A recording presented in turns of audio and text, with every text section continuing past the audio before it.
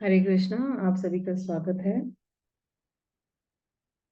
ओम अज्ञानतिमिरन्धस्य ज्ञानाञ्जनाशलाकाय चक्षुरुन्मिलितं येन तस्मै श्रीगुरवे नमः। नमो विष्णुपदाय कृष्णपृष्ठाय भूतले श्रीमते भक्तिवेदांत स्वामिनिति नामिने।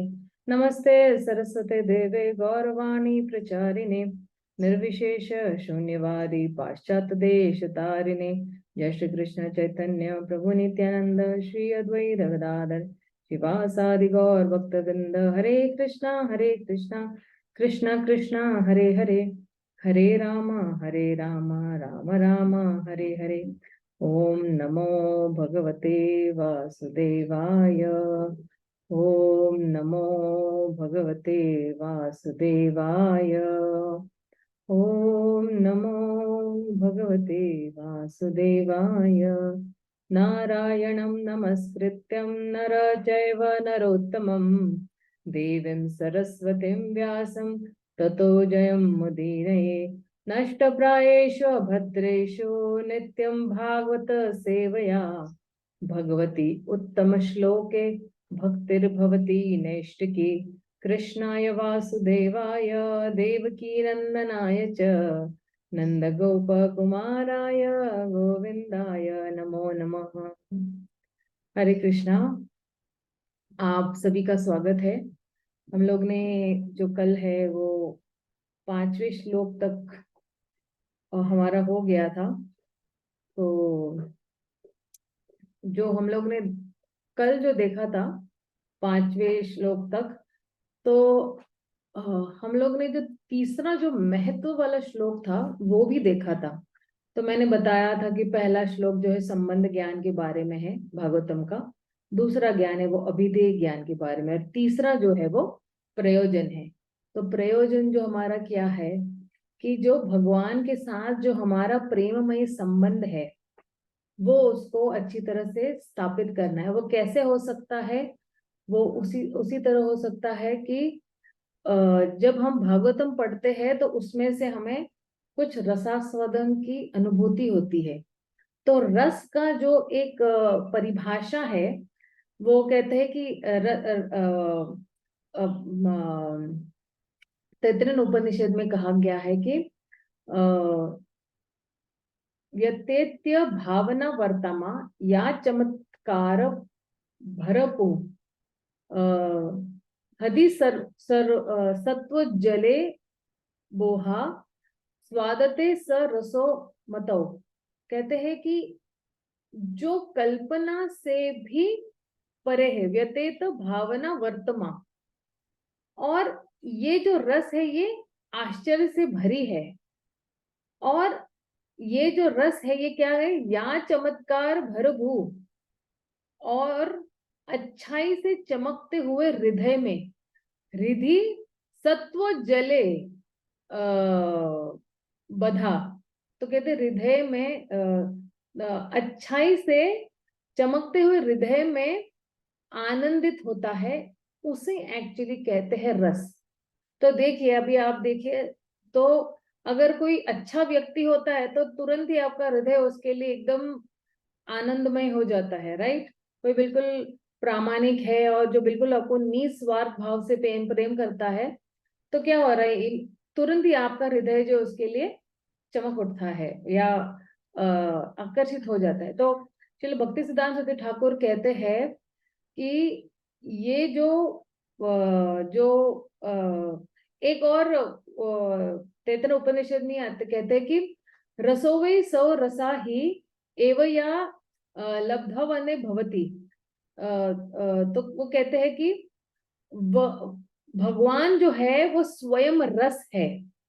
किसी विशेष रिश्ते का स्वाद या मधुरता को रस कहते हैं, और निश्चित रूप से जो इस रस को प्राप्त करता है वो आनंदमय हो जाता है और आनंद से भर जाता है। तो ये जो रस है, ये जो शब्द जो रस है, वो भक्ति रसामृत सिंधु में भी अलग अलग जगहों पे अलग अलग लोगों ने इसका जो है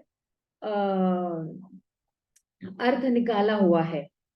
लेकिन श्रील प्रभुपाद जो है वो रस का अनुवाद क्या करते हैं? रस का अनुवाद मधुर, इसका समानार्थी निकालते हैं। तो भगवान के जो परम व्यक्तित्व है, व्यक्तित्व के साथ जो प्रेम का आदान प्रदान में आनंद आनंदित विशेष प्रेम पूर्ण जो है या दृष्टिकोण को एक्चुअली रस कहते हैं। मनोदशा या दृष्टिकोण को हम क्या कहते हैं? रस कहते हैं, या मधुर भी कहा जाता है। तो हम लोग ने देखे कल कि विभिन्न प्रकार के जो है वो रस होते हैं, लेकिन जब एक साथ मिल जाते हैं तो व्यक्ति को उच्चतम स्तर के पारलौकिक परमानंद में भक्ति की मधुरता का स्वाद लेने में मदद मिलती है। तो ऐसी स्थिति हालांकि हमारे अनुभव से बहुत ही परे है, या पूरी तरह से हम नहीं समझ पाएंगे, लेकिन श्रील रूप गोस्वामी जो है वो जो है कहते हैं कि जहां तक हो सके मैंने इसको समझाया हुआ है और आप समझ सकते हो उसमें। तो हमें जो है तत्व का ध्यान करना है और रस का आस्वादन करना है। रस और तत्व के बीच में क्या फर्क है कि जहां रस शामिल हो वहां तत्व लाने का प्रयास नहीं करना चाहिए, रस का विश्लेषण करने का प्रयास नहीं करना चाहिए, क्योंकि विश्लेषण यानी उसको एनालाइज करने की जरूरत नहीं है। तो इसी प्रकार जहां तत्व का वर्णन आता है वहां रस को लाने की जरूरत नहीं है। तो ये दो चीजों को हमको समझने की बहुत जरूरत है कि कहाँ रस चाहिए, कहाँ, जैसे एक बार जो है प्रभुपाद बता रहे थे कि पतली कमर वाले महिलाएं बहुत सुंदर होते हैं। अभी प्रभुपाद के एक शिष्य ने जो रेतीनानंद स्वामी है उन्होंने पूछा लेकिन प्रभुपाद हमें तो महिलाओं के बारे में सोचना भी नहीं चाहिए और क्योंकि वो विपरीत है, मतलब हमारा जो लिंग है उससे विपरीत है, तो ये तो बाधा है। तो प्रभुपाद ने कहा अभी हम केवल शुद्ध इंद्र तृप्ति के बारे में बता रहे हैं। तो इसमें से एक्चुअली हमें सीख यही है कि जब रस शामिल हो तो तत्व नहीं लाना चाहिए। तो इन कहानियों का जो रसास्वादन करने के लिए रस की जो दृष्टिकोण से देखना चाहिए, जो अभी जितनी भी हम लोग भागवतम में कहानियां वो सारी रस से भरी पड़ी हुई है। तो तत्व की दृष्टि से कोई भी व्यक्ति स्वाद नहीं ले सकता है। रस की दृष्टि से आस्वादन करने के लिए व्यक्ति को तत्व की में गहराई में स्थापित होना बहुत जरूरी है। व्यक्ति को अपने जैसे पैरों को तत्व में स्थापित करना होगा। इसलिए आप देखो भागवतम में तत्व भी है और रास भी है, रस भी है। तो जहां पे तत्व की जरूरत है वहां पे तत्व लाना बहुत जरूरी है। और जहां पे, क्योंकि यदि कोई रस का आस्वादन करने का प्रयास करेगा तो वो समस्या उत्पन्न हो जाएगी। तो वे कौन से तत्व है जिसमें व्यक्ति को बिल्कुल बोले ना कि गढ़ा हुआ होना चाहिए।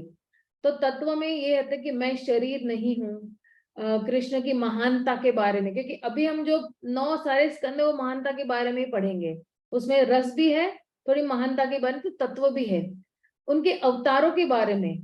तीसरा जो भागवतम के इस पहले स्कंद का जो अध्याय है वो पूरा भगवान के अवतारों के बारे में है। और उनकी सृष्टि की लीला जो दूसरा स्कंद है भागवतम का, तो वो जो है वो सारी सृष्टि लीला, क्रिया शक्ति, कारण शक्ति, इसके बारे में, और भगवान के अवतारों के बारे में भी। और कृष्णा की राक्षसों के साथ भी लीलाएं सुनना बहुत जरूरी है, क्योंकि उसमें से भी तत्व मिल रहा है कि कौन सा राक्षस है या कौन सा असुर है, वो क्या प्रदर्शित करता है। जैसे पूतना राक्षसनी है, वो मिथ्या गुरु को प्रदर्शित करती है। अब किसने सोचा था कि पूतना राक्षसी जो है वो मिथ्या गुरु के प्रतीक है। तो इसी तरह तब कोई जो है अपने अंतरंग भक्तों के साथ कृष्ण की लीलाओं का आनंद ले सकता है। जैसे कोई एक रोगी है और उसको फिर रसगुल्ला का स्वाद नहीं ले सकता है, वो कोशिश करेगा तो भी वो नहीं ले सकता है। या एक छोटा बच्चा है, उसको पाचन शक्ति उसकी ठीक नहीं है, लेकिन उसको अगर सोन पापड़ी का स्वाद लेने के लिए कोशिश कराएंगे तो क्या होगा, बदहजमी हो जाएगी, उसको लूज मोशंस हो जाएंगे। तो इससे उसकी सेहत भी खराब होगी और उसको कोई स्वाद भी नहीं मिला और उसको पोषण भी नहीं मिल रहा है। तो चाहे वो सोन पापड़ी हो, चाहे वो रसगुल्ला का स्वाद लेने के लिए व्यक्ति को बड़ा और मतलब बोलते ना कि उसको रोग मुक्त होना बहुत जरूरी है। मतलब भक्ति में उसको मेच्योर होने की बहुत जरूरत है। तो अन्यथा वो क्या होगा, स्वास्थ्य को नुकसान पहुंचाएगा, मतलब अपनी मेंटल हेल्थ को क्या करेगा, नुकसान पहुंचाएगा। तो जैसे एक बार धनोधन महाराज कह रहे थे कि जो पाश्चात्य देश के लोग जो है वो विरोधाभास को समायोजित नहीं कर सकते हैं। उदाहरण के लिए कि एक जगह कहा जाता है कि भक्ति रसामृत सिंधु जो है वो सिर्फ 1 वर्ष पुराना है, दूसरी जगह कुछ और कहा जाता है। लेकिन भारतीय विरोधाभास को आसानी से ये समायोजित कर सकते हैं। वे बस इस तथ्य को स्वीकार करते हैं कि बलराम कृष्ण से बड़े हैं या भक्ति रसामृत सिंधु 1 ही साल बड़ा है या कुछ ऐसे। तो वे रिश्तों पर ध्यान केंद्रित करते हैं कि हाँ हो सकता है बलराम 1 साल भी बड़े हो सकते हैं। तो जैसे किसी की एक्चुअली पश्चिमी अगर मानसिकता वाला कोई अगर व्यक्ति है तो वो पश्चिमी शिक्षा से प्रभावित है, विरोधाभास को उसको समायोजित नहीं कर सकता है। तो जैसे जैसे कि इसका उदाहरण हम लोग ऐसे दे सकते हैं कि रस जो है वो एसी की तरह है और तत्व जो है वो इंजन की तरह है।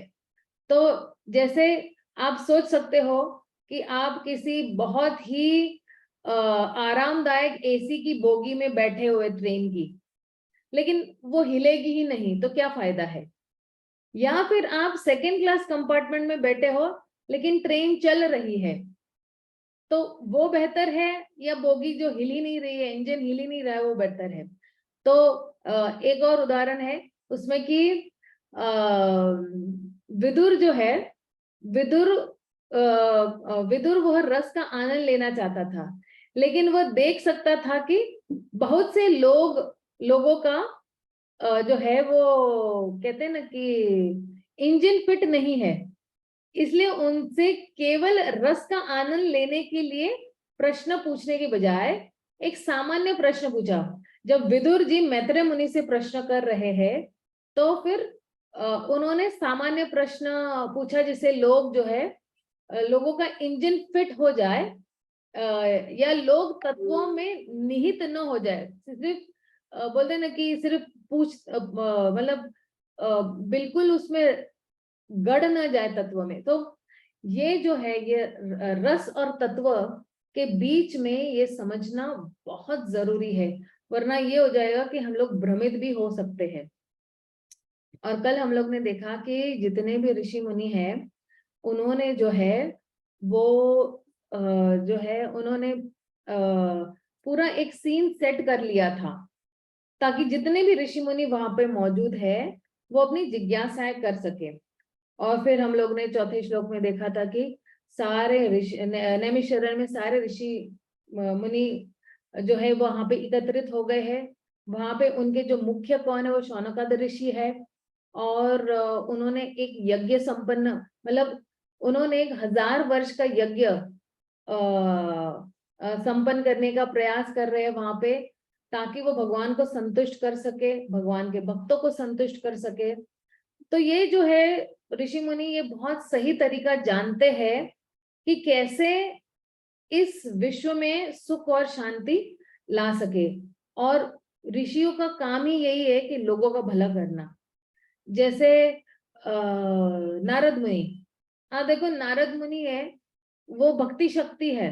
भक्ति शक्ति मतलब क्या, कि क्योंकि वो शक्तिवेश अवतार है भगवान के, तो उनमें एक ऐसा गुण था कि वो किसी से भी बहुत जल्दी बात करके उनको भगवान की भक्ति लेने में प्रेरित करते हैं। कहते ना, साधु संग सर्व शास्त्र होय, लव मात्र साधु संग सर्व सिद्धि होय। तो साधु संग सर्व शास्त्र होय, और लव मात्र साधु संग, लव मात्र यानी एक सेकंड का भी अगर किसी साधु के साथ अगर हमने संग कर लिया, सभी सिद्धियों प्राप्त हो जाएगी, क्योंकि साधु का काम ही है कि वो लोग जो है भगवान से कनेक्ट कराते। और फिर जो है जो 5वें श्लोक में हम लोग ने जो लास्ट देखा, तो उसमें बता रहे हैं कि जितने भी है ऋषि मुनि है वो वहां पे एकत्रित हुए हैं नैमिषारण्य में, और वो जो है वो अपनी जो सुबह के जितने भी कार्य है वो संपन्न कर रहे हैं, क्योंकि देखो सुबह का कार्य जो है वो सबसे बेस्ट टाइम है, क्योंकि वो सतोगुणी टाइम है। तो अगर मान लो आप सुबह के 6 बजे अगर कोई कार चला रहे हो, तो कितना अच्छी स्पीड से वो जा सकेगी, कोई ट्रैफिक नहीं, कोई कुछ नहीं, रुकावट नहीं। तो इसलिए प्रभुपाद ने भी कहा कि जो कोई भी सुबह का कार्यक्रम 12 वर्ष तक करेगा, तो वो जो कुछ भी बोलेगा वो बिल्कुल सत्य हो जाएगा, उसको कहते हैं वाक् सिद्धि। तो उसको जो कुछ भी उसके मुंह में से जो शब्द निकलेगा वो सत्य हो जाएगा। तो इसलिए जो है, जो व्यक्ति सुबह में नहीं उठ सकता है, वो कृष्ण भावनामृत को लेके, भगवान की भक्ति को लेके जो है वो दृढ़ नहीं है, वो सीरियस नहीं है। और जो है आगे को कृष्णा भी, कृष्णा को जब माखन चुराना होता है तो वो सुबह सुबह वो माखन चुराते थे, वो बहुत आसान होता था। तो अभी भगवान को भी अगर हमारा हृदय चुराना है तो सुबह का समय जो है वो सबसे एप्ट है। क्यों? क्योंकि सुबह हमारा जो समय है वो बिल्कुल साफ सुथरा होता है, मन में कुछ बोलते हैं ना कि क्लटर नहीं रहता है। तो गोस्वामी ने भी जो है सूक्ष्म सूक्ष्म इंद्रियों का नियंत्रण करने के बारे में और जड़ इंद्रियों को बोलते ना नियंत्रण करने के बारे में बताया हुआ है। तो उन्होंने भी दोनों सूक्ष्म और जड़ इंद्रियों का नियंत्रण किया हुआ, इसलिए उसका नाम है गोस्वामी। बाह्य रूप से भी उन्होंने अपने सारी इंद्रिया है जो है, ज्ञान इंद्रिया है, कर्म इंद्रिया, उन सबको बोलते नियंत्रित कर लिया है, और अंदर से भी मन बुद्धि अहंकार उसको भी नियंत्रण में लेके आए हैं। तो कहते हैं कि अगर हम इस मार्ग पर टिके रहेंगे जो हमें गोस्वामी ने दिया, पूर्वती आचार्यों ने दिया है, तो तुरंत ही हम लोग जो है भक्ति में प्रगति कर पाएंगे। और आप देखो गोस्वामी जो है ना, वो ऐसे ही मन गढ़ंत कोई भी तत्व नहीं बताएंगे, वो तुरंत ही जो है उच्च उच्च टॉपिक्स पे नहीं चले जाएंगे। तो जैसे भक्ति सेनासरी ठाकुर कह रहे थे एक बार कि गोविंद लीलामृत की 5 टाइम पे या लीला पे नहीं चले जाएंगे। और प्रभुपाद कहते हैं कि एक एक जो है एक दंपति आए थे उनके पास, और उनको जो है भगवान की लीलाओं के बारे में सुनाना था। तो फिर उनको जो है प्रभुपाद ने कहा कि पहले तुम तत्व समझो, तत्व समझने के बाद तुम लीला आसानी से समझ पाओगे। लेकिन उनको कुछ समझ भी नहीं आया, वो चले गए। तो जैसे बोलते हैं ना कि एक कोई मूवी डायरेक्टर है, उसको भी है क्या है, तुरंत ही एक पिक्चर बनाना है, किस पे बनाना है, रासलीला पे बनाना है। तो ये हो जाएगा कि हम एक ओपन हार्ट सर्जरी किसको सिखा रहे हैं, जो एमबीबीएस में पहला साल है, या 10वीं के बच्चे को हम लोग बोल रहे ओपन हार्ट सर्जरी सिखाना है। नहीं, ये ऐसा बिल्कुल भी नहीं करना है। हमें पहले तत्वों को समझना है और फिर ही गुह्यतम लीलाओं पे पहुंचना है। तो इसलिए जो है सुखदेव गोस्वामी जो है दूसरे स्कंद में, ये हम लोग पहला स्कंद कर रहे हैं, दूसरे स्कंद के चौथे अध्याय में वो शुरू करते हैं सृष्टि लीला के बारे में। अब हालांकि उनका जो स्तर है वो सीधा रासलीला में बता सकते थे, लेकिन उन्होंने सृष्टि लीला से शुरू की। उन्होंने अपने आप को रोक लिया। उन्होंने राधा रानी का नाम भी नहीं लिया है। पूरे भागवतम में आप देखो राधा रानी का नाम नहीं है। भगवान इनडायरेक्टली है लेकिन डायरेक्टली राधा रानी का नाम नहीं है। तो फिर जो है जो भी भागवत कथाकार है वो तुरंत ही रासलीला रास पंचाध्याय पे पहुंच जाते हैं। वैसा हमें नहीं करना है। और जो है गोस्वामी जो है ना, बारिश में एक वाटर कैनल होता है ना, तो वो जो है वाटर कैनल की तरह पानी बहते रहता है। और जो है जो तथाकथित कथाकार है वो जो है वो सॉरी जो गोस्वामी है वो जो ठंड के मौसम में जो वाटर कैनल है उसकी तरह वो बिल्कुल स्थिर होते हैं।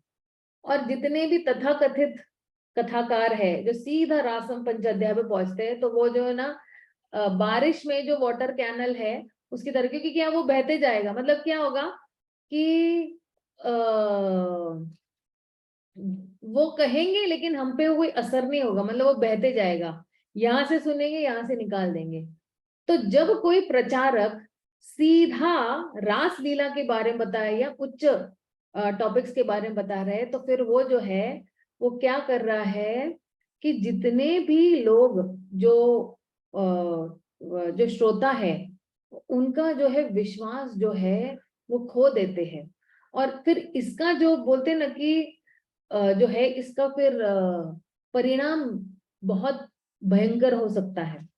तो आइए हम लोग जो है छठे श्लोक की तरफ कूच करते हैं, क्योंकि छठा श्लोक, सातवां श्लोक और आठवां श्लोक ये बताएंगे कि जो भागवतम के प्रवक्ता है श्रील सूत गोस्वामी, उनकी क्या क्या गुण है या उनके क्या क्या योग्यताएं हैं।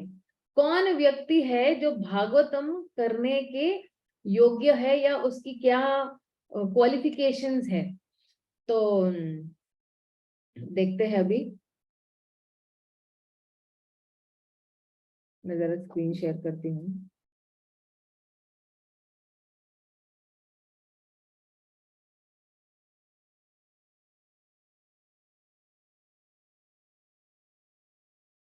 सबको दिखाई दे रहा है श्लोक?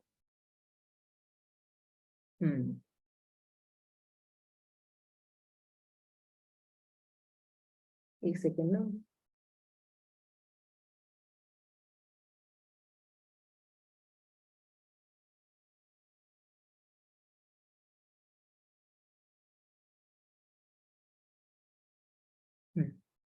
अब जो है वहां पे जितने भी ऋषि मुनि हैं वो अभी क्या कर रहे हैं, वो जो है वो श्री सूत गोस्वामी की सराहना कर रहे हैं वहां पे। ऋषय उचुहु त्वया खलु पुराणानि सेतिहासानि चानग आख्यातानि अपि अधीतानि धर्मशास्त्राणि यान्युतः। तो इसमें जो है कहते हैं कि अनघा है। भगवान जो है वो क्या है, ये जो ऋषि मुनि है ये अनघ है। पहला जो है प्रवक्ता का जो कहते हैं ना योग्यता वही है कि वो अनघ है। अनघ मतलब क्या, दोष से रहित है, उनमें कोई दोष नहीं, वो पाप से मुक्त है। और अधितानी है, आख्यातानी तो है ही लेकिन अधितानी है, सुपठित है। सुपठित मतलब क्या कि उन्होंने जितने भी शास्त्र है वो पढ़े हैं, जैसे पुराण है या इतिहास है वो पढ़े हैं, और उन्होंने अच्छी तरह से पढ़ा भी है और वो अच्छी तरह से समझा भी सकते हैं। और आख्यातानी, आख्यातानी मतलब क्या कि वो जो है उसको अच्छी तरह से समझा भी सकते हैं। और कहते हैं कि आगे जो है धर्मशास्त्राणी, प्रगतिशील जीवन के लिए सही निर्देश देने वाले शास्त्र ग्रंथ वही हमें दे सकते हैं। तो आइए हम लोग अनुवाद और तात्पर्य पढ़ते हैं। तो इस श्लोक में दो योग्यताएं बताई हुई है। किसकी बताई हुई है? वक्ता की। देखिए, वक्ता भी की कुछ योग्यताएं हैं और श्रोताओं की भी योग्यताएं हैं, तो मैं बाद में बताऊंगी कि श्रोताओं की क्या योग्यताएं हैं। ठीक है, पहले वक्ता की योग्यता देख लेते हैं। तो देखते हैं किन्होंने हाथ ऊपर किया है। प्रिया तुलसियानी माता जी, मैं आपको अनम्यूट कर रही हूँ, आप कृपया पढ़े। जी, हरे कृष्णा। मुनियों ने कहा, हे पूज्य सूत गोस्वामी, आप समस्त प्रकार के पापों से पूर्ण रूप से मुक्त हैं। आप धार्मिक जीवन के लिए विख्यात समस्त शास्त्रों एवं पुराणों के साथ साथ इतिहासों में निपुण हैं, क्योंकि आपने समुचित निर्देशन में उन्हें पढ़ा है और उनकी व्याख्या भी की है। तात्पर्य: गोस्वामी या श्री व्यासदेव के प्रामाणिक प्रतिनिधि के समस्त पापों से मुक्त होना चाहिए। कलयुग के 4 प्रमुख पाप हैं: स्त्रियों के साथ अवैध संबंध, पशुवध, मादक द्रव्य सेवन तथा सभी प्रकार के द्रुत कीड़ा। किसी गोस्वामी को व्यासासन पर बैठने का तभी साहस करना चाहिए जब वह इन सभी पापों से मुक्त हो। जो उपयुक्त पापों से रहित न हो और जो आचरण से निष्कलंक न हो, उसे व्यासासन पर न बैठाया जाए। उसे न केवल इन सभी पापों से मुक्त होना चाहिए, अपितु समस्त शास्त्रों में या वेदों में पारंगत होना चाहिए। पुराण भी वेदों के ही अंग हैं एवं महाभारत या रामायण जैसे इतिहास भी वेदों के ही अंग हैं। आचार्य अथवा गोस्वामी को इन ग्रंथों से पूर्ण रूप से अवगत होना चाहिए। उनको पढ़ने की अपेक्षा उनका श्रवण तथा उनकी व्याख्या कीर्तन अधिक महत्वपूर्ण है। केवल श्रवण तथा व्याख्या द्वारा शास्त्रों के ज्ञान को आत्मसात किया जा सकता है। श्रवण का अर्थ है सुनना तथा कीर्तन का अर्थ है समझना या कहना। श्रवण तथा कीर्तन ये दोनों विधियां प्रगतिशील आध्यात्मिक जीवन के लिए अति आवश्यक है। जिन लोगों ने उपयुक्त स्रोत से विनय पूर्वक श्रवण करके दिव्य ज्ञान को भली भांति समझ लिया है, वह ही इस विषय की समुचित व्याख्या कर सकते हैं। Hare Krishna. Thank you Madhavi ji, thank you. आगे हम लोग पढ़ते हैं। तो आगे और एक कहते हैं ना कि एक और गुण आता है जो बोले ना कि वक्ता के है। यानी वेद विदाम श्रेष्ठो भगवान बादरायण अन्ये च मुनय सूत परावर विदो विदुहु। तो कह रहे हैं कि वेद विदम, ठीक है ना, वेद विदाम, वेद विदम वेदों के पंडित है। मतलब क्या कि जितने भी वेदांतिस्ट है उनमें भी कौन है, वो सबसे श्रेष्ठ है। मतलब जितना भी ज्ञान वेद व्यास जी ने दिया हुआ है, तो वो सारा ज्ञान उनको पता है और दूसरे मुनियों को भी पता है। तो ये दूसरा गुण है एक वक्ता का।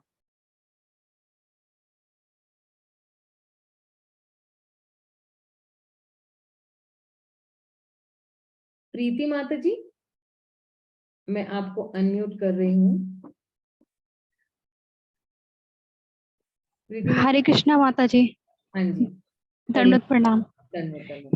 हे सुत गोस्वामी, आप ज्येष्ठतम विद्वान एवं वेदांती होने के कारण ईश्वर के अवतार व्यास देव के ज्ञान से अवगत हैं और आप उन अन्य मुनियों को भी जानते हैं जो सभी प्रकार के भौतिक तथा आध्यात्मिक ज्ञान से निष्ठात हैं।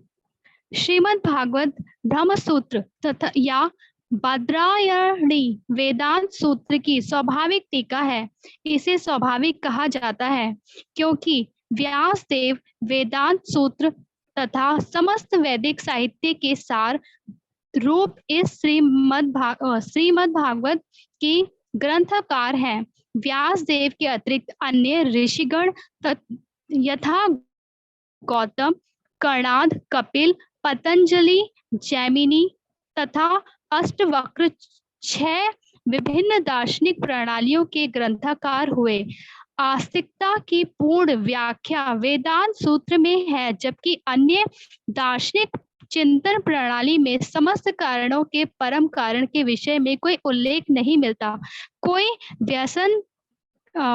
व्यासासन पर तभी बैठ सकता है जब वह दर्शन की समस्त प्रणालियों से अवगत हो, जिससे वह अन्य समस्त प्रणालियों के खंडन में भगवत के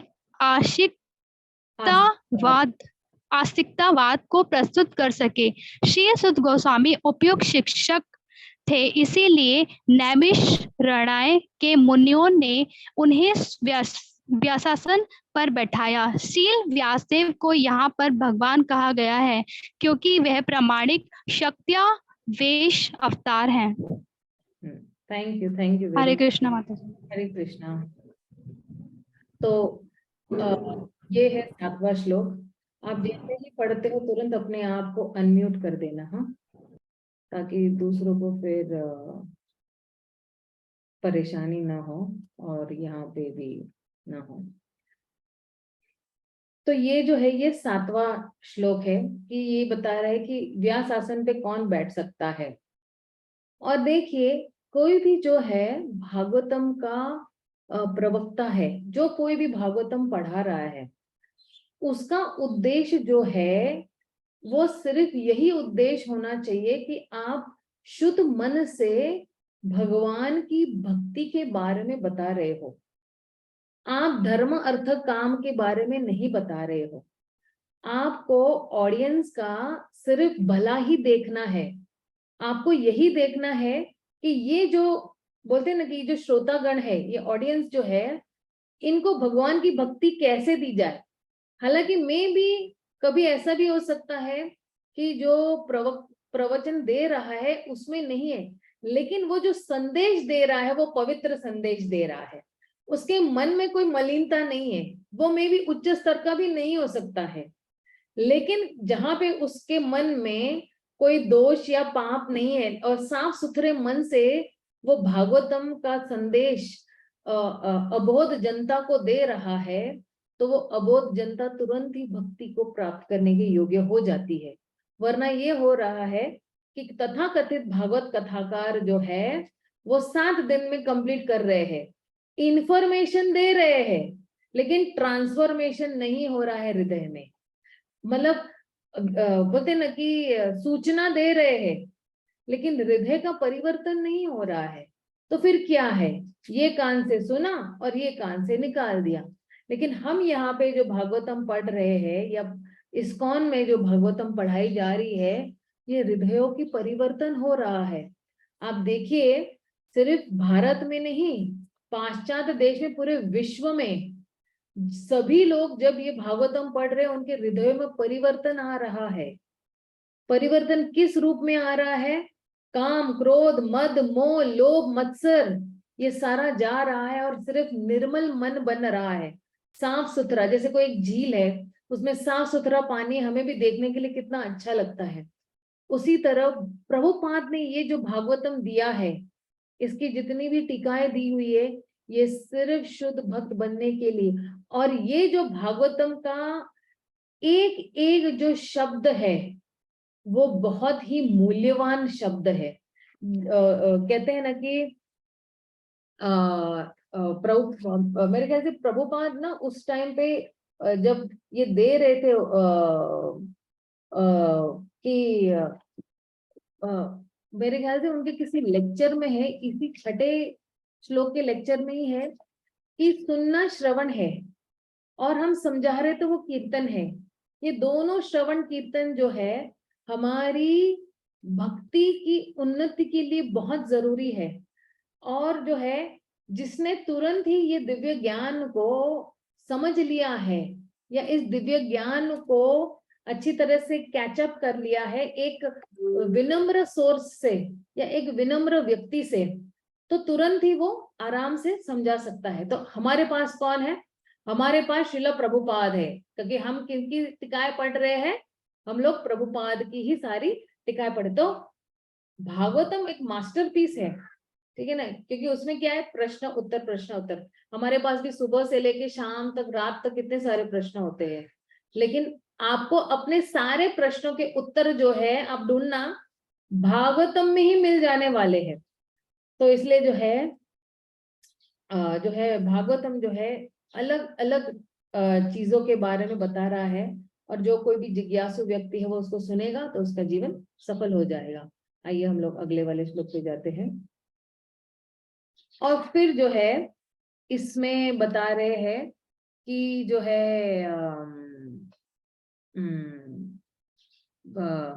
आखिरी वाले जो है, आखिरी दो जो है क्या कहते हैं, दो गुण बताए हैं किसी भी वक्ता में। तो कहते हैं वेत्थ त्वं सौम्य तथा सर्वं तत्व तत् अनुग्रहात् ब्रूयं स्निग्धस्य शिष्यस्य गुरुवो भूयाम अपि उतः।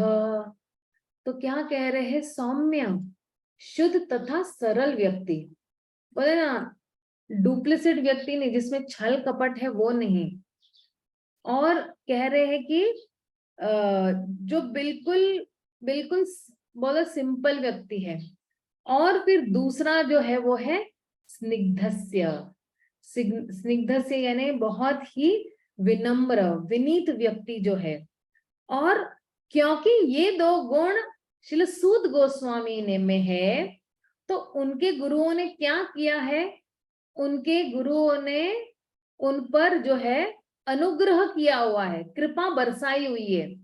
तो अब अगर हमें हमारे गुरुजनों से अगर कृपा चाहिए तो ये दो गुणों को विकसित करना बहुत जरूरी है। ये दो गुण लाना हमारे जीवन में बहुत जरूरी है। क्या है, एक सौम्यता, सरलता, स्ट्रेट, ये नहीं कि आप घुमा फिरा के कोई बात कर रहे हो, आपके मन में कुछ और है और जबान पे कुछ और निकल रहा है, ऐसा नहीं होना चाहिए। और स्निग्ध विनीत व्यक्ति, बहुत ही विनम्र भाव से गुरु को कुछ भी पूछना है तो विनम्र भाव से हम जाके उनको पूछ सकते हैं, और अपने आप को एक निचला स्तर रख के गुरु को आगे हम लोग पूछ सकते हैं। तो ये दो बहुत ही विशेष गुण हैं। आइए हम लोग अनुवाद और तात्पर्य देखते हैं। श्रील प्रभुपाद की जय। पढ़ते हैं आगे।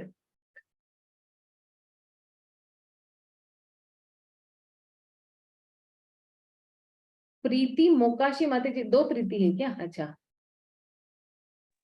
प्रीति हरे कृष्ण माता जी, दंडवत प्रणाम। धन्यवाद परम माता जी। माता जी तात्पर्य पढ़ना है? नहीं, अनुवाद भी पढ़ना है माता जी, मैंने अनुवाद नहीं पढ़ा है जी। इससे भी अधिक चूंकि आप विनीत हैं, आपके गुरुओं ने एक सौम्य शिष्य जानकर आप पर सभी तरह से अनुग्रह किया है, अतः आप हमें वह सब बताएं जिसे आपने उनसे वैज्ञानिक ढंग से सीखा है। तात्पर्य: आध्यात्मिक जीवन की सफलता का रहस्य गुरु को तुष्ट करने तथा उनकी शुभाशीष प्राप्त करने में है। श्रील विश्वनाथ चक्रवर्ती ठाकुर ने गुरु के विषय में अपने सुप्रसिद्ध 8 श्लोकों में इस प्रकार गाया है: मैं अपने गुरु के चरणार रविंदों में नमस्कार करता हूँ। उनको तुष्ट करके ही कोई भगवान को प्रसन्न कर सकता है, और जब वे अप्रसन्न रहते हैं तो आत्म साक्षात्कार के मार्ग में विघ्न ही विघ्न आते हैं। अतः यह आवश्यक है कि शिष्य अपने प्रामाणिक गुरु के प्रति अत्यंत आज्ञाकारी तथा विनीत रहे। श्रील सूत गोस्वामी शिष्य के इन सारे गुणों से ओतप्रोत थे, अतः उन पर विद्वान एवं स्वरूप सिद्ध आध्यात्मिक गुरुओं तथा श्रील व्यासदेव तथा अन्य गुरुओं की कृपा दृष्टि थी। नैमिषारण्य के मुनियों को पूर्ण विश्वास था कि श्रील सूत गोस्वामी प्रामाणिक व्यक्तित्व है, इसलिए वे उनसे सुनने के लिए उत्सुक थे। हरे कृष्ण माता जी। हरे कृष्ण माता जी, हरे कृष्ण। थैंक यू, बहुत अच्छी तरह से पढ़ा आपने। तो अब जो है ये जो सूत गोस्वामी है, तो सूत गोस्वामी जो वो क्या है कि एक जो है वो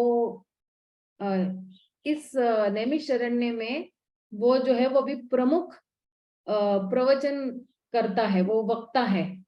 तो वक्ता के भी कुछ गुण हैं। तो वक्ता के क्या गुण है, अगर किसी को लिस्ट बनाना है तो बना सकते हो। जैसे देखिए हम लोग भागवतम पढ़ रहे हैं ना, तो अगर आप है ना जिसको लिखना आता है तो क्या कर सकते हो, आप अच्छे अच्छे पॉइंट्स बना सकते हो, और अच्छे पॉइंट्स बनाने के बाद जो है इस पे मननम कर सकते हो। जब इस पे मननम करोगे ना तो दो लोगों को भी बता सकते हो कि अच्छा एक प्रवचन करता है, उसके पास इतने गुण होने चाहिए। एक सेकेंड। और ये वो बैटरी लैपटॉप की जा रही थी तो मैंने सोचा उसको ऑन करते हुए।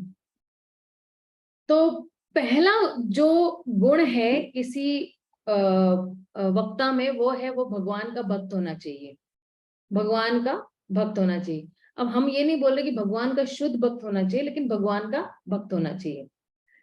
फिर जो एक वक्ता है उसमें जो है वो सुनने की भी क्षमता होनी चाहिए, वो सुनने में भी पारंगत होना चाहिए। तीसरा, उसके पास अनुभव भी होना चाहिए, क्योंकि उसने जो सुना है वो अपने जीवन में उतार रहा है, तो उसके पास साक्षात्कार भी है। चौथा है, उसके में दया भावना होनी चाहिए। क्यों? क्योंकि ये भागवतम जो है जब कहा गया था, तो ये भागवतम क्यों कहा गया था? क्योंकि इन मुनियों को जो है कलयुग में आने वाले बद जीवों के लिए दया से भरे हुए हैं, ताकि वो जो कलयुग जो जीव है वो इस संसार को आसानी से पार कर सके। पांचवा है कि एक जो वक्ता है उसके पास जो है कोई भी जिज्ञासा करता है तो उसकी सराहना करनी चाहिए, और उनको जो है वो बोलते हैं ना कि ज्ञान अच्छी तरह से देना चाहिए। जैसे शुकदेव गोस्वामी, परीक्षित महाराज जब प्रश्न पूछ रहे हैं तो उनकी सराहना भी कर रहे हैं, राइट? तो वो भी गुण होना चाहिए।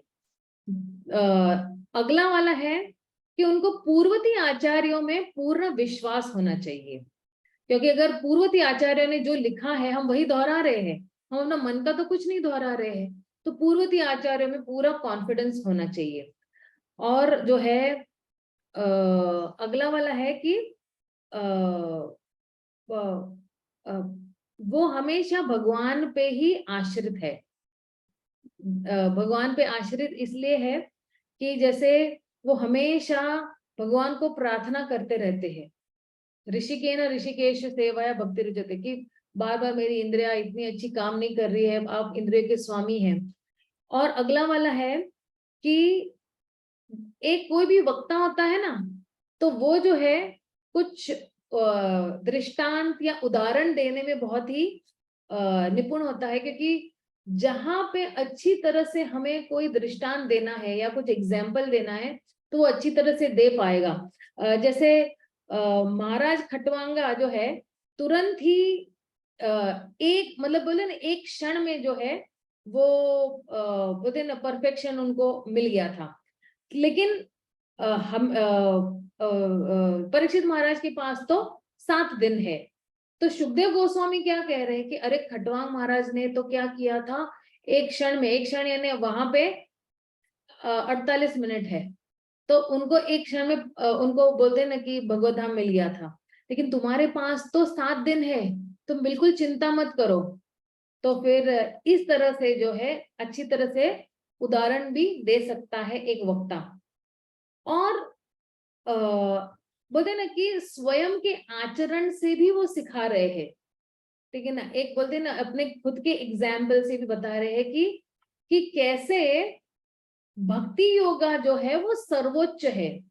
कर्म कांड, कर्म योग, सकाम कर्म, निष्काम कर्म, ज्ञान योग, अष्टांग योग, इनसे भी सर्वोच्च क्या है, वो है भक्ति योग। तो बहुत अच्छी तरह से जो है बता सकते हैं। अब इसमें जो है दूसरे स्कंद में जो है ब्रह्मा जी जो है वो अपने स्वयं के उदाहरण से वो बता रहे हैं। और नारद मुनि भी आप देखो, व्यास देव जी को, अब इसी स्कंद में आएगा, पहले स्कंद में ही आ रहा है, तो नारद मुनि भी जो व्यास देव जी को जब समझाना है तो अपना खुद का उदाहरण देते हैं। और फिर जो है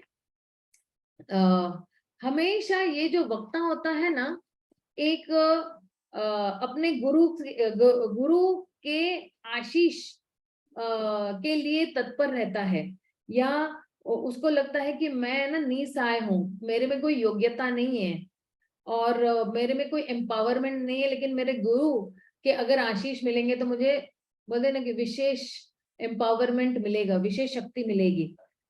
और जो है एक जो वक्ता है वो दूसरों के भी संवाद बोलने में निपुण होता है।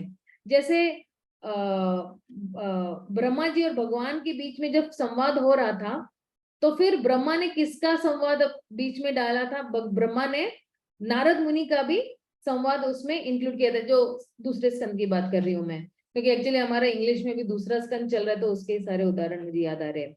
और वो बोलते हैं कि वो ज्ञानी भी होना चाहिए। ज्ञानी मतलब क्या? कि कोई भी प्रश्न पूछे, आप उसको बड़ी अच्छी तरह से उस व्यक्ति को समझा सकते हो। तो जो है, जैसे सुखदेव गोस्वामी ने परीक्षित महाराज के नाना प्रकार के प्रश्न जो भी पूछे थे, वो उनको बिल्कुल संतुष्टता से वो उसका जवाब दे पा रहे थे। तो ये जो है, और ये जो वक्ता है वो बहुत ही कृतज्ञ भाव है उसमें। क्यों कृतज्ञ भाव है? कि उसको जो है भगवान के गुणगान करने का मौका मिल रहा है, इसलिए वो कृतज्ञ है।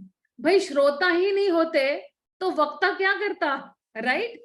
अब फॉर एग्जाम्पल, मैंने एक ग्रुप स्टार्ट किया, भागवतम स्टडी सर्कल, लेकिन आप लोग ने उसके अंदर ऐड ही नहीं होते, तो मैं किसको ये भागवतम समझाती? दीवारों को समझाती। तो फिर इसलिए जो है, एक व्यक्ति को बहुत कृतज्ञ होना चाहिए कि मुझे जो है वो मौका मिल रहा है भगवान के गुणगान करने के लिए। और जो है स्निग्धस्य, सौम्य भी होना चाहिए। और जो है बहुत ही आदर पूर्ण भी होना चाहिए। क्योंकि एक जो है, अगर एक वक्ता अपने श्रोताओं को आदर देता है, तो वो तुरंत ही उन श्रोताओं को भगवान की तरफ आकर्षित कर सकता है। अगर कोई उद्दंड वक्ता होगा ना, तो श्रोताओं को भगवान की तरफ जो है वो आकर्षित नहीं कर पाएगा। और एक जो वक्ता है वो बहुत निपुण श्रोता भी होना चाहिए। ये नहीं कि वो सिर्फ बोल बोल कर रहा है और किसी की उसको सुननी नहीं है, मतलब उसने भी अपने गुरुजनों से सुना हुआ होना चाहिए। और कैसे सुना हुआ चाहिए? बिल्कुल रैप्ट अटेंशन में। अभी हम लोग तीसरे अध्याय में जब आएंगे, उसके 44वें श्लोक में बताते हैं कि भागवतम को पढ़ने का सही तरीका क्या है। 1.3.44 किसी को अगर देख लेना है तो आप देख सकते हो। और उस वक्ता को भगवान की शक्ति के बारे में पूरा पूरा ज्ञात है। अब देखिए वक्ता की कितनी क्वालिफिकेशंस है, कितनी सारी योग्यताएं है, तब जाके एक वक्ता जो है वो भगवान की शुद्ध भक्ति के बारे में बता सकता है। वरना नहीं बता, वरना बोले नहीं इंफॉर्मेशन मिलेगा, ट्रांसफॉर्मेशन नहीं होगा। और जो है एक वक्ता जो है उसको अपनी कमियों के बारे में पता है, अपनी लिमिटेशंस के बारे में जरूर पता है। और जो है वो जब प्रस्तुत करता है तो वो अपने साक्षात्कार से वो प्रस्तुत कर रहा है। उसने जो समझा हुआ है, उसने जो महसूस किया हुआ है, उसने सुनकर जो अपने जीवन में उतारा हुआ है, उसको साक्षात्कार कहते हैं। तो जो है, जो सूत गोस्वामी भी कह रहे कि मैं भी जो है जितना मैंने महसूस किया मैं वही बताऊंगा आप लोगों को। विनम्र होना चाहिए और शरणागत होना चाहिए। शरणागत कैसे? कि जब हम प्रार्थना करते हैं भगवान को या वैष्णव को, तो उसमें हमारी शरणागति जो है वो छलक के दिखती है। और जो है ऑडियंस की फीलिंग्स को भी समझना बहुत जरूरी है। फीलिंग यानी उनकी भावना को भी समझना जरूरी है। जैसे जितने भी ऋषि मुनि थे वो बहुत ही दुखी थे। तो अब जो है सूत गोस्वामी उनको बोलते ना आश्वासन भी दे रहे हैं, उनका दुख दर्द समझ, इसको कहते हैं एम्पथी।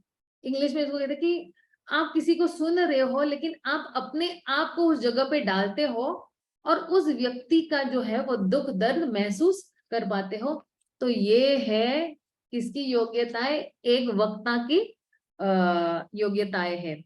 और कल मैं एक्चुअली बताऊंगी श्रोताओं की योग्यता। आज लेकिन हम थोड़ा आगे जाते हैं पढ़ने में, ताकि ऐसा ना लगे कि माता जी सिर्फ बोल रही है और हमें पढ़ने का चांस नहीं मिल रहा है। तो मैं चाहती हूँ कि आप भी बोलो और मैं भी, दोनों दोनों समान समान साथ साथ चलते जाएंगे। तो अब जो है यहां से आप मार्क कर लो आपके बुक्स में या कहीं पे भी पेन पेंसिल से, यहां से अब शुरू होते हैं 6 मुख्य प्रश्न जो ऋषियों ने पूछे थे। अब ऋषियों ने किसको पूछे? श्रील सुद गोस्वामी को पूछे। ठीक है, तो पहला प्रश्न अभी ये पूछेंगे, अभी हम लोग पहले श्लोक पढ़ते हैं और फिर उसका तात्पर्य पढ़ेंगे। तत्र तत्र अंजसा आयुष्मन् भवता यत् विनिश्मितं पुंसाम एकांत श्रेयतत् न श्रेयस, सॉरी माफ करना, एक्चुअली मैं जरा थोड़ा ही हो गई हूँ। श्रेयस तन्न शमसी तुम हरसी।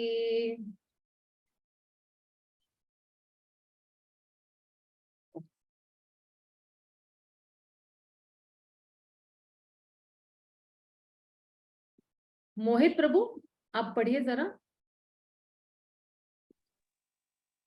हरे कृष्ण माता जी। हरे कृष्ण प्रभु जी, दंडवत प्रणाम। प्रणाम। अथवा थोड़ा नीचे करिए। हाँ जी। अथवा दीर्घ आयु की कृपा प्राप्त आप सरलता से समझ में आने वाली विधि से हमें समझाइए कि आपने जन साधारण के समग्र एवं परम कल्याण के लिए क्या निश्चय किया। तात्पर्य, भगवत गीता में आचार्य की पूजा की स्तुति की गई है। आचार्य तथा गोस्वामी निरंतर जन साधारण के कल्याण, विशेष रूप से उनके आध्यात्मिक कल्याण के विचारों में लीन रहते हैं। आध्यात्मिक कल्याण होने पर भौतिक कल्याण स्वतः हो जाता है। अथवा आचार्यगण सामान्य जनता को आध्यात्मिक कल्याण के लिए उपदेश देते हैं। इस कलयुग या कलह प्रिय लोह युग की अक्षमताओं को देखते हुए मुनियों ने सूत गोस्वामी से प्रार्थना की कि वह सारे शास्त्रों का निचोड़ प्रस्तुत करे, क्योंकि इस युग के लोग सही प्रकार से पतित हो गए हैं। अतः मुनियों ने समग्र कल्याण की जिज्ञासा की, यही लोगों का परम कल्याण है। इस युग के लोगों की पतित अवस्था का वर्णन निम्नलिखित प्रकार से हुआ है। हरे कृष्ण माता जी। हरे कृष्णा। तो पहला प्रश्न क्या है कि जन कल्याण के लिए जो है, जन साधारण के समग्र एवं परम कल्याण के लिए क्या निश्चय किया है। तो उसको कहते इंग्लिश में what is the ultimate good for all people in general, है ना।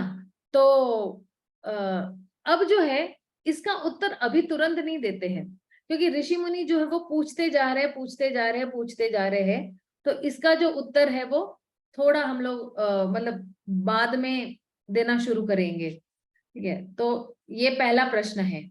ऐसे 6 प्रश्न है, तो ये हमारे लिए एक्चुअली ना एक कंठस्थ करने के लिए भी आप होमवर्क ले सकते हो कि मैं कल पूछूंगी कि पहला प्रश्न क्या पूछा था ऋषि मुनियों ने। ठीक है ना, आइए अगले वाले पे जाते हैं। हाँ, दूसरा प्रश्न भी बहुत महत्वपूर्ण है। प्रायेण अल्प आयुष्य सभ्य कलो अस्मिन् युगे जना मंद सुमंद मतय मंद भाग्य ही उपद्रता।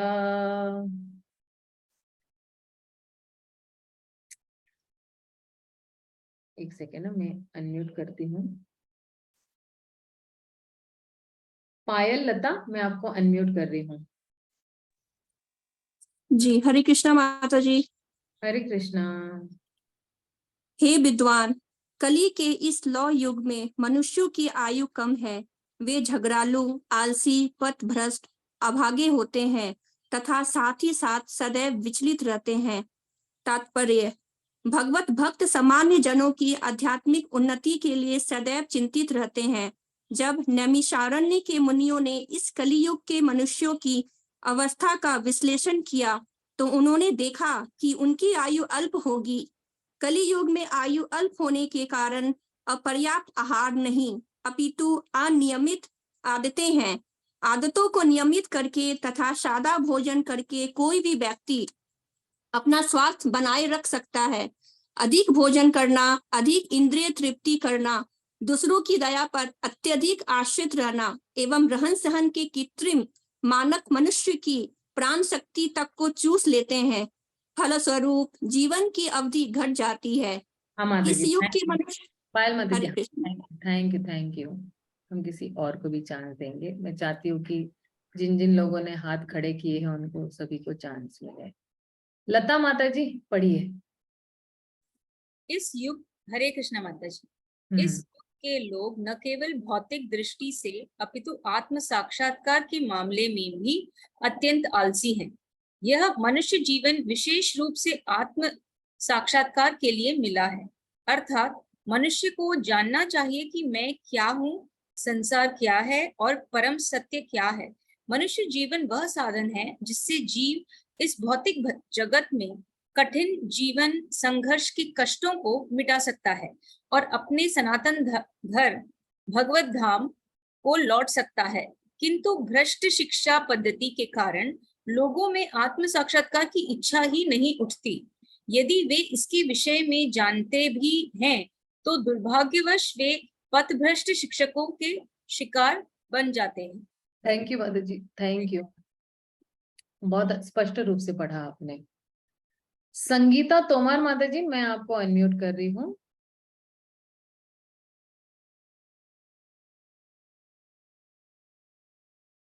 संगीता तोमर माता जी आप हो? संगीता तोमर माता जी। हरे कृष्णा माता जी। पढ़िए पढ़िए।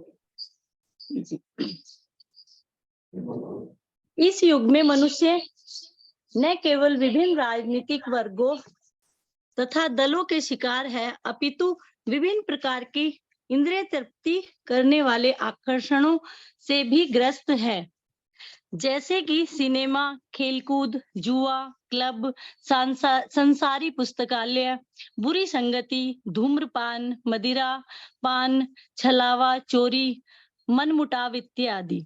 अनेकानेक व्यस्तताओं के कारण उनके मन सदैव विचलित एवं चिंताओं से ग्रस्त रहते हैं।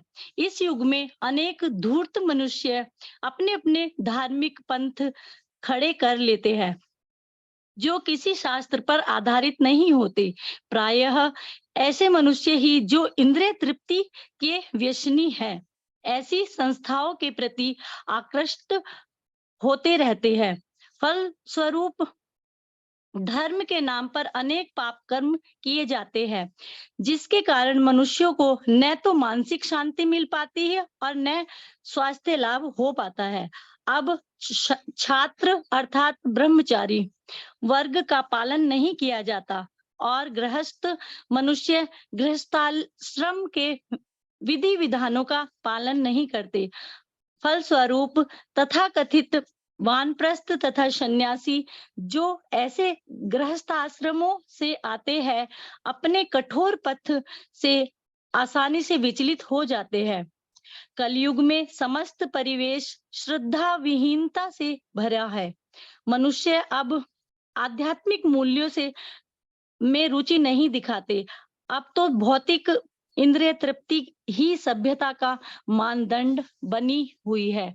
ऐसी भौतिक सभ्यता को बनाए रखने हेतु मनुष्य ने जटिल किस्म के राष्ट्रों तथा समुदायों का निर्माण कर लिया है और विभिन्न गुटों में निरंतर प्रत्यक्ष तथा शीत युद्ध की आशंका बनी रहती है। अतएव आज के मानव समाज के विकृत मापदंडों के कारण आध्यात्मिक स्तर को उठा पाना अत्यंत कठिन हो गया है। नैमिषारण्य के ऋषि मुनि पतितात्माओं को मुक्त करने हेतु उत्सुक है। अतएव वे श्रील सूत गोस्वामी से उपचार पूछ रहे हैं। हरे कृष्णा। तो ये एक्चुअली सूत गोस्वामी से क्या एक्चुअली उपचार पूछ रहे हैं कि ये जो है कलयुग के लोग हैं वो अल्प आयुष्य है, उनकी आयुष्य वो क्या है, अल्प है, छोटी है, और वो मंद है। मंद यानी आलसी है और झगड़ालू है। कलयुग के ये दो लक्षण है, लेजी और क्वारलसम, क्वारलसम एंड हिपोक्रेसी। आलसी तो है ही, और कह रहे हैं कि सुमंद मतय, बिल्कुल उनको कोई अच्छी गाइडेंस नहीं, मिसगाइडेड है वो लोग, क्योंकि उनके पास जो है मतलब मिसगाइडेड नहीं, यहाँ पे लिखा हुआ है पथभ्रष्ट, उनके पास कोई मार्ग ही नहीं है अच्छा सा। और कहते हैं मंद भाग्य, बोलते ना कि अभागे लोग हैं और हमेशा उपद्रित है, कि हमेशा जो है उनका मन हमेशा विचलित होता है। क्यों मन विचलित होता है? क्योंकि उनके पास जो है, यहाँ पर प्रभुपाद इसका ना जो है आंसर वही दे रहे हैं कि अतएव जो है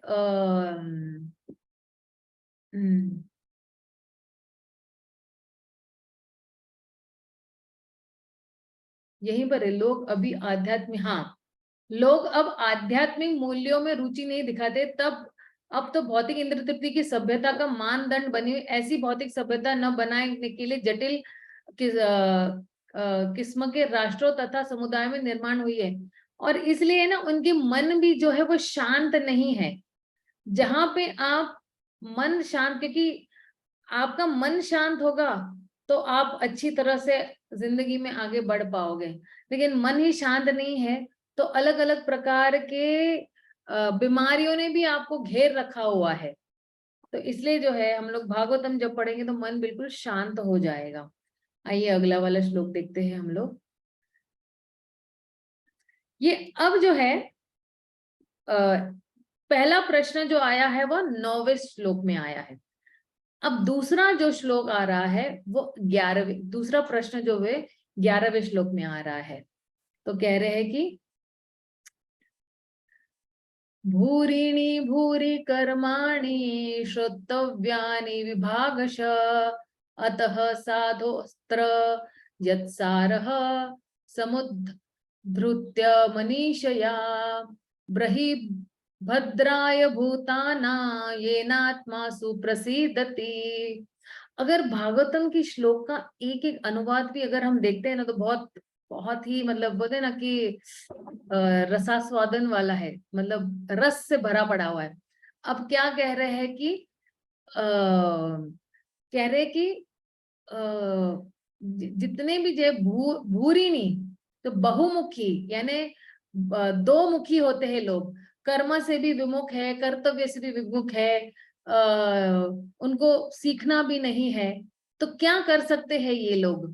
तो पूर्ण, और अगर कोई भागवतम को पढ़ता है, और एक्चुअली इस श्लोक में प्रश्न क्या पूछ रहे हैं कि जितने भी शास्त्र है उसका सार क्या है, ताकि ये सभी जीवात्माओं के लिए जो है वो कल्याणकारी हो और ये सुनने से वो प्रसन्न हो जाए।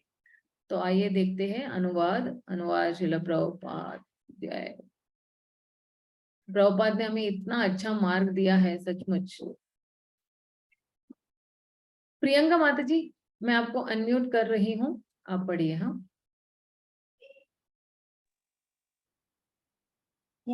हरे कृष्णा।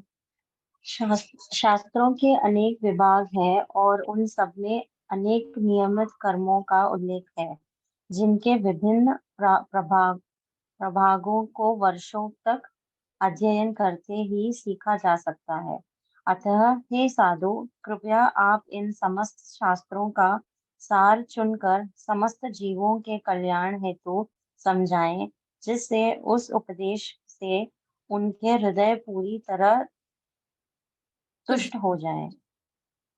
तात्पर्य: आत्मा अथवा स्व को पदार्थ तथा भौतिक तत्वों से पृथक माना जाता है।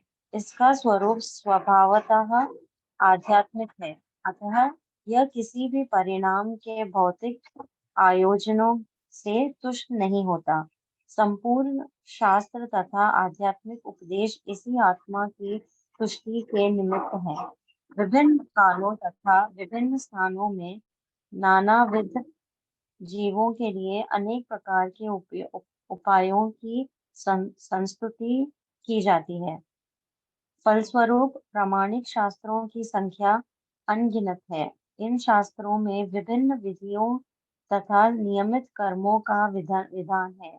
इस कलिकाल में सामान्य जनता की पतित अवस्था को ध्यान में रखते हुए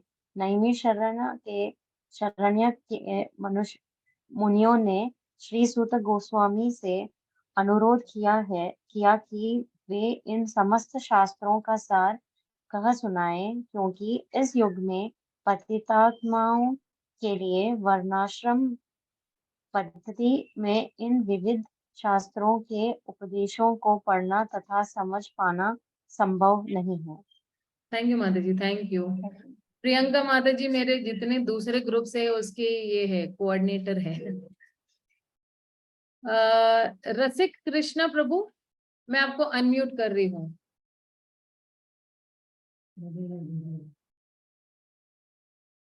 कृष्णा प्रभु जी आपकी ना आवाज गूंज रही है।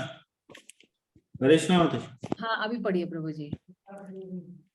मनुष्य को आध्यात्मिक स्तर तक उठाने हेतु वर्णाश्रम वाले समाज को सर्वोत्कृष्ट संस्था माना जाता है, किंतु कलयुग के कारण इन संस्थाओं के विधि विधानों के पूरा कर पाना संभव नहीं रह गया है। न ही जनसाधारण के लिए वर्णाश्रम संस्था द्वारा प्रतिपादित विधि के अनुसार अपने अपने परिवारों से संबंध विच्छेद कर पाना संभव है। समस्त परिवेश विरोध से व्याप्त है। इस पर विचार करते हुए यह देखा जा सकता है कि इस युग में सामान्य जनों का आध्यात्मिक उत्थान अत्यंत कठिन है, जिस कारण से मुनियों ने इस विषय को श्रील सुध गोस्वामी के समक्ष रखा। उसकी व्याख्या अगले श्लोक में की गई है। Thank you Prabhu ji, thank you. काफी अच्छा पढ़ा आपने प्रभु जी, थैंक यू। तो अब जो है ये वाला जो श्लोक है मैं यहाँ पे विराम देती हूँ। किसी का अगर कोई प्रश्न है तो आप पूछ सकते हो, मैं सबको अनम्यूट कर रही हूँ। अच्छा, जिनको पढ़ने का मौका नहीं मिला है प्लीज आप लोग बुरा मत मानिएगा, आपको डेफिनेटली कल चांस दिया जाएगा, क्योंकि हमारे फोरम पे अभी कितने ऑलमोस्ट 55 लोग थे, सभी को चांस मिलना थोड़ा मुश्किल है, क्योंकि हमारे पास सिर्फ 1 घंटा या एक घंटा या थोड़ा होता है, ज्यादा होता है, लेकिन मेरी पूरी कोशिश रहेगी कि सबको चांस मिले, ठीक है ना। हाँ प्रभु जी। भागवतम जो करते हैं ना, जो संगीत में भागवतम करते हैं हाँ बहुत हाँ सारे, तो उसमें ज्यादा संगीत ही सुनाते हैं, हाँ हाँ पूरा डिटेल नहीं बताते वो भागवतम जो भी कर रहे हैं शादी। हाँ हाँ हाँ। प्रभु जी आपकी आवाज सुनाई नहीं दे रही है। हाँ, तो संगीत ही ज्यादा सुनाते हैं। हाँ, संगीत ही ज्यादा सुना। अच्छा। हाँ मैंने ना स्टार्टिंग में शायद प्रभु जी थोड़ा आप में भी लेट लॉग इन किया, पता नहीं मुझे आपने किया या नहीं। स्टार्टिंग में मैंने वही बताया था कि हमें तत्व पे फोकस करना है। तो जो जितने भी अभी श्री सुत गोस्वामी भी स्टार्टिंग में तत्व ही बताएंगे, तत्व हम अच्छी तरह से समझेंगे तो रस भी। अभी जितने भी तथाकथित कथाकार है वो लोग जो बोलते हैं ना कि गाना बजाना जो भी बता रहे हैं, वो सिर्फ बोलते हैं ना कि ऊपर ऊपर से आपको बोलते हैं ना किसी को भ्रम में रखना कि हाँ हाँ आपको भक्ति मिलेगी, भक्ति मिलेगी, लेकिन उस चीज में उसका बोलते ना एप्लीकेशन नहीं करवा रहे हैं।